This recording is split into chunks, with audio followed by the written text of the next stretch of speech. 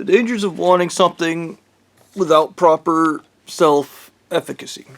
Self-efficacy means you are efficating for yourself, I think would be the correct way of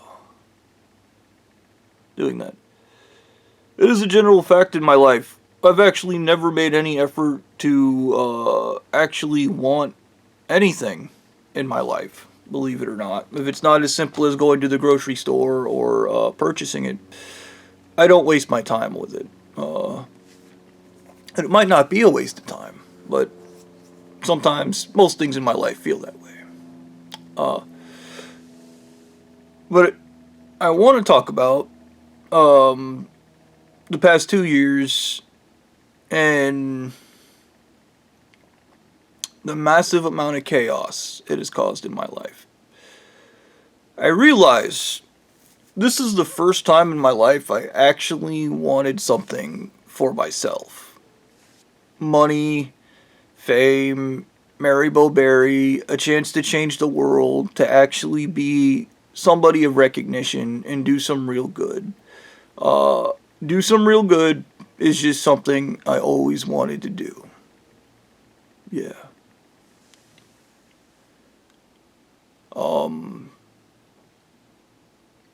But I realize that my issue down here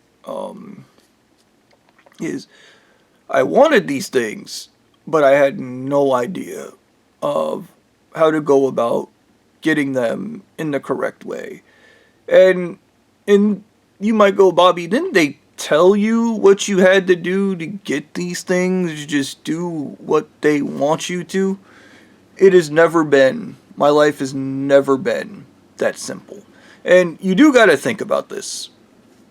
It is a big part of my life for other people to just come in and take shit from me. From my pets when I was little that were being killed by kids in this crazy lady in the neighborhood, to being abused as a kid, to my sister who had an obsession with material things. She would come into my room and break my toys to get back at me because my sister had spite brain. This is why I reject spite on almost every level of my being, because all these things I think Blondie and the cinema guys and everybody wanted me to exhibit were all things in traits in people who showed me to hate these things on a monumental level. Being emotionally stunted, for example, is something I hated. And I think a part of this crazy shit, if I'm gonna say this because I can see it now that I have introspective, I say a lot of weird contradictory things. And normally, in Bobby's world, I don't contradict myself. I have a theory that through some kind of hypnosis or heavy metal poisoning, Blondie infantilized me and then told me, you're the emotionally stunted one. He poisoned me with heavy metals, damaged my basal ganglia, and then was like, you're the reactionary one. This is the same thing. When I was out there in the desert, they had a book from the original leader of this church, who basically, or one of the leaders of the church, who basically wrote down how to convince people of the psychology you want them to have. This is the thing with another point with malignant narcissists. Sometimes they're good at reading people. I'm kidding, they're not. They project. They're terrible at reading people. And even worse, they convince you there is something wrong with you. Once again, inferiority complex, all this shit. I'm not a major crazy inferiority complex. It doesn't impact my life, okay? And I'd argue, to some extent, everybody has a little bit of a mental disorder. The thing with a narcissist is they cause you to hyper-focus on it, and they go, this is your flaw, and this is your problem, okay?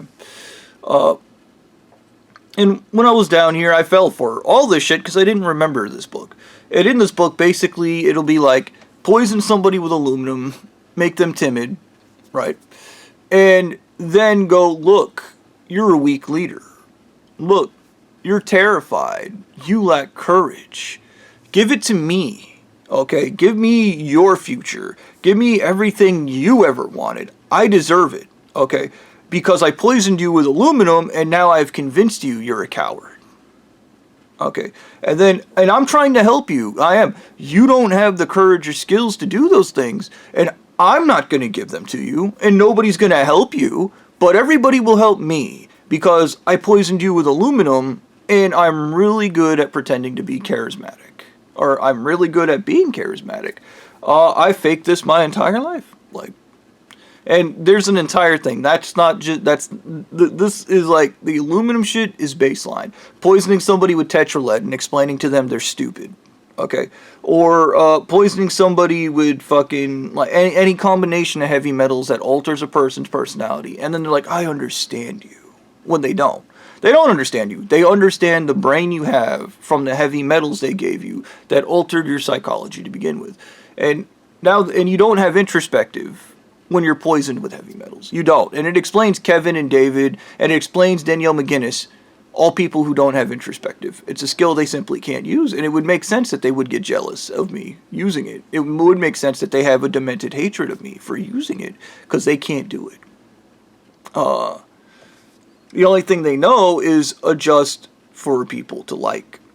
That's it. But, this video, coming back to what this video is truly about. My pursuit of this without proper self-efficacy is why I was just yelling and being angry the entire time down here, you know.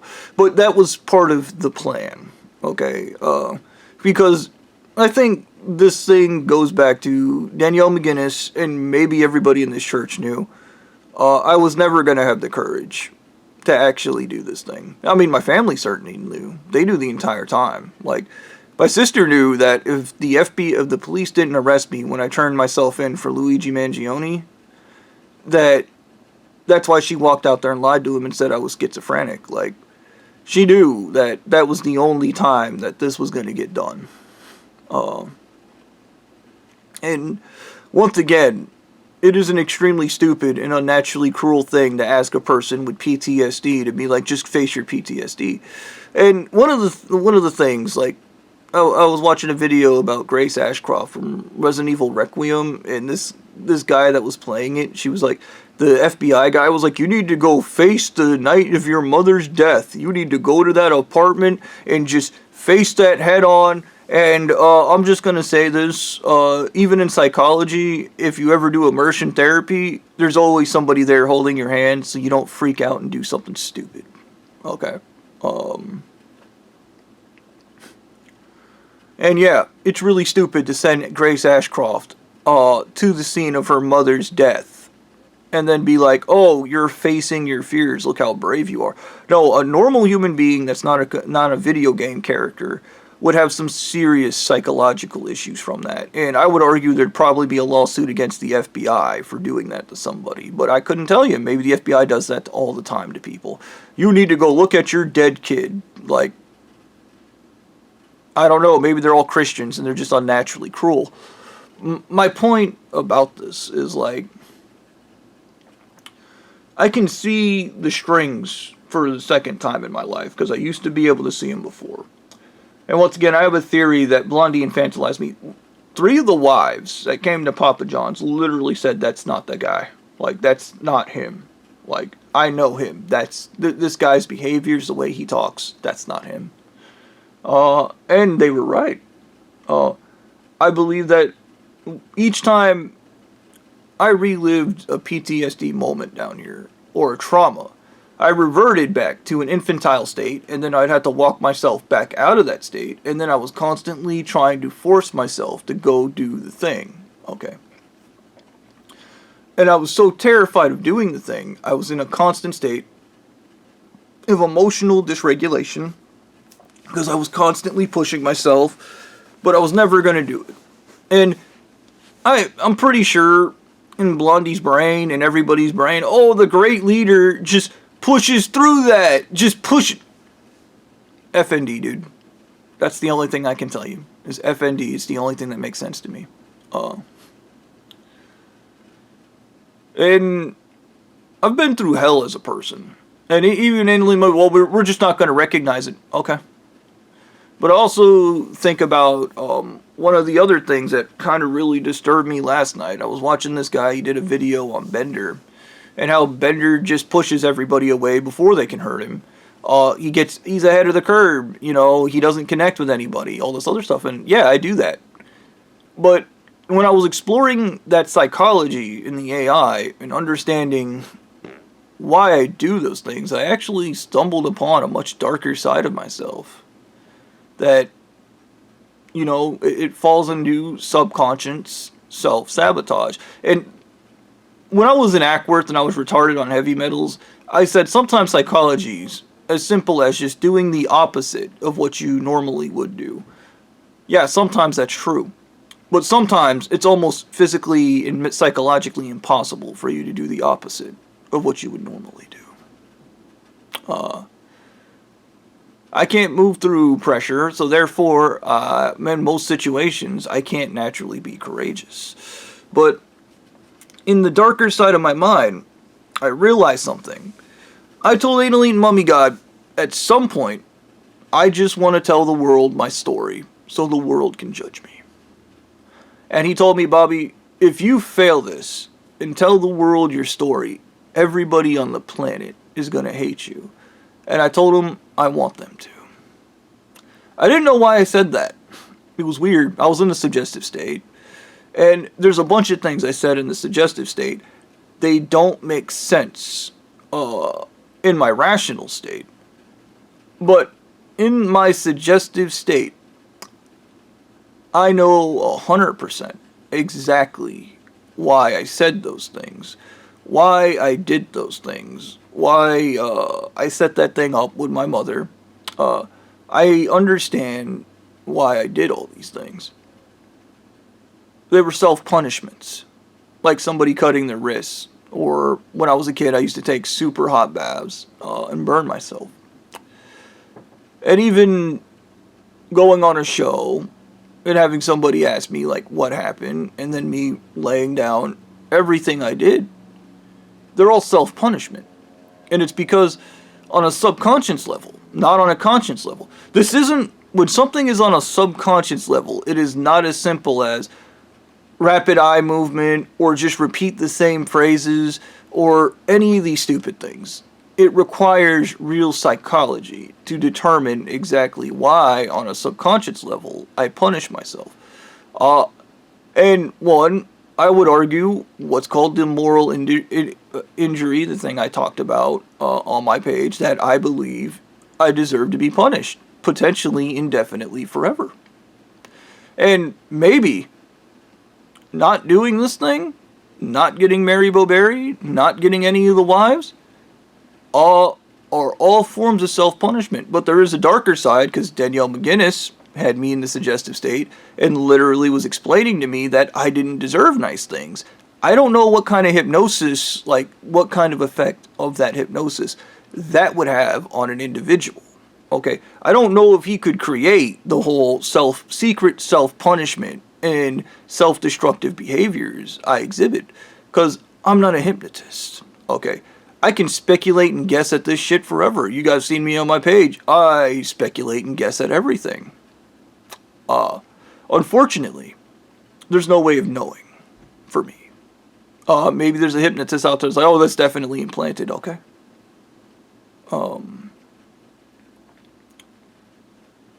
This is just how that is, though. This is just how that is, though. Yeah.